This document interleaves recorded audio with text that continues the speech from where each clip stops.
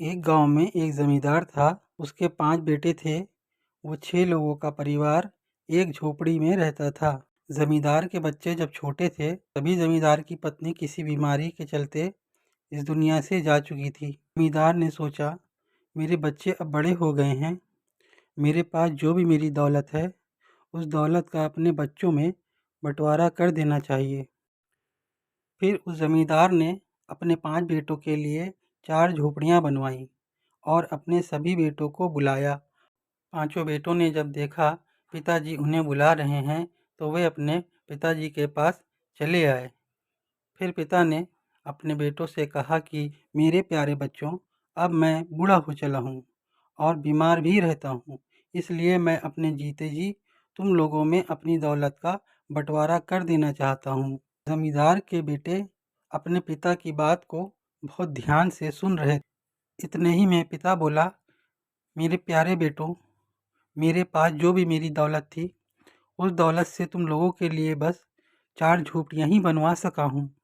तो तुम लोगों में से कोई एक जो मेरे साथ मेरी झोपड़ी में रहना पसंद करेगा वो अपना हाथ ऊंचा करे। पिता की बात को सुन के 5 भाइयों में से 4 भाई कुछ सोच में पड़ गए। मगर उन 5 भाइयों में से जो सबसे छोटा था उसने अपने हाथ को झट से ऊंचा कर दिया, यह सोच के कि कहीं उसका कोई दूसरा भाई अपने हाथ को ऊंचा ना कर दे, क्योंकि वो अपने पिता से बहुत प्यार करता था और अपने पिता के साथ ही रहना चाहता था। और इस छोटे से बड़े दूसरे भाई ने ये सोच के अपने हाथ को ऊंचा नहीं किया कि पिताजी तो बीमार रहते हैं, अगर मैं उनके साथ रहा तो पिताजी की दवा लेने के लिए 25 किलोमीटर दूर दूसरे गांव में जाना पड़ेगा। और इस भाई से बड़े तीसरे भाई ने ये सोच के अपने हाथ को ऊंचा नहीं किया कि पिताजी को बार बार दवा पानी देना पड़ेगा और उनकी सेवा करनी पड़ेगी। और इस भाई से बड़े चौथे भाई ने ये सोच के अपने हाथ को ऊंचा नहीं किया कि अगर मैं पिताजी के साथ रहा तो पिताजी के पांव दबाना पड़ेंगे, क्योंकि बिना पांव दबवाए तो पिताजी को नींद ही नहीं आती है। और सबसे बड़े 5वें भाई ने तो कुछ सबसे बड़ा ही सोच लिया। उसने सोचा कि मैं क्यों अपना हाथ ऊंचा करूं और क्यों पिताजी के साथ रहूं। पिताजी के पास तो हमें देने के लिए इस झोपड़ी के सिवा अब कुछ भी नहीं, तो क्या फ़ायदा कि मैं अपने पिता के साथ रहूं और उनकी सेवा करूं। और फिर पिता अपने उस हाथ उठाए हुए बेटे से मुस्कुराते हुए कहता है कि बेटा, अब अपना हाथ तुम नीचे कर लो। बेटा जी पिताजी कहते हुए अपने हाथ को नीचे कर लेता है। फिर पिता अपने उन चारों बेटों से गुस्से में आकर कहता है कि जाओ तुम चारों भाई एक एक झोपड़ी लेके वहीं रहो। फिर चारों भाई अपनी अपनी झोपड़ियों में चले जाते हैं। और फिर पिता अपने छोटे बेटे को अपने पास बुलाता है, फिर उसे खुशी से गले लगा लेता है। और बेटा भी अपने पिता को पाके बहुत खुश हो जाता है। फिर पिता अपने बेटे से कहता है कि बेटा, आज मैं तुमको एक राज की बात बताता हूँ। बेटा अचंभे से पूछता है, राज की बात? वो क्या है राज की बात पिताजी? फिर पिता अपने बेटे को वो राज की बात बताते हुए बोलता है कि बेटा, मेरे पास इतनी दौलत है कि मैं 5 क्या 5000 झोपड़ियाँ बनवा सकता हूँ।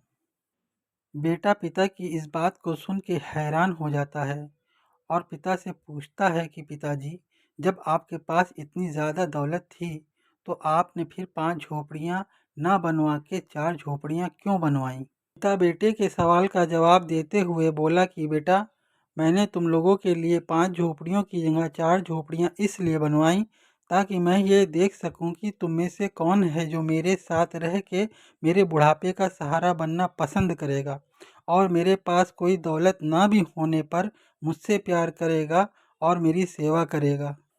फिर पिता ने अपने बेटे के माथे को चूमते हुए कहा, मेरे प्यारे बेटे, मैंने पहले से ही ये सोच रखा था कि मेरे लिए गए इस इम्तिहान में जो भी मेरा बेटा पास होगा मैं अपने उस बेटे को अपनी सारी दौलत दे दूंगा।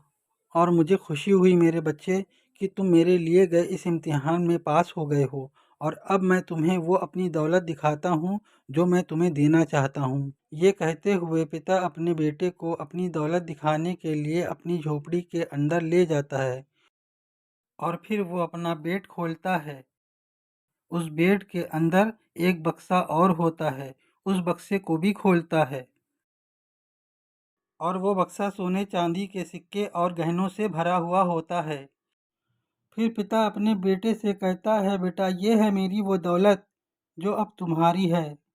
पूरी बात समझने के बाद बेटा अपने पिता से कहता है, पिताजी मेरी असली दौलत तो आप हैं। मुझे इस दौलत की ज़रूरत नहीं और मैं चाहता हूँ कि आप इस दौलत को मेरे चारों भाइयों में बांट दें।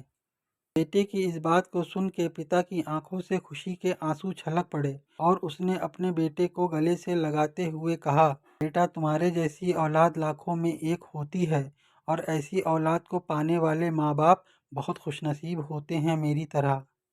और फिर पिता ने अपने बेटे से कहा कि बेटा ठीक है, मैं तुम्हारी बात को मान लेता हूँ, मगर तुम भी मुझसे एक वादा करो कि मैं इस बारे में जो भी फैसला लूँगा वो तुम्हें भी मानना पड़ेगा। बेटे ने कहा, ठीक है पिताजी, मैं वादा करता हूँ, अब आप बोलिए क्या बात है। पिता बोला, बेटा इस दौलत के मैं 6 हिस्से करता हूँ, जिसमें से 5 हिस्से मैं तुम पाँचों भाइयों में बांट देता हूँ और बचा हुआ छठा हिस्सा मेरा होगा, जो कि मैं तुम्हें देना पसंद करूँगा।